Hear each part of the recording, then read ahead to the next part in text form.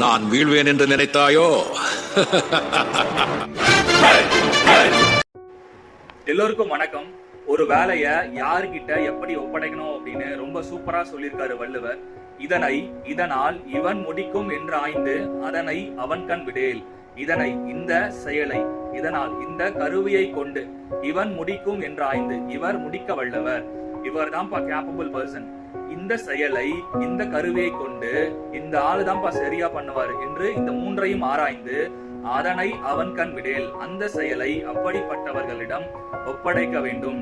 எடுத்துக்காட்டுக்கு இந்திய மாநிலங்களை இணைத்தார் வல்லபாய் பட்டேல். இந்திய மாநிலங்களை ஒருங்கிணைக்கும் முயற்சி.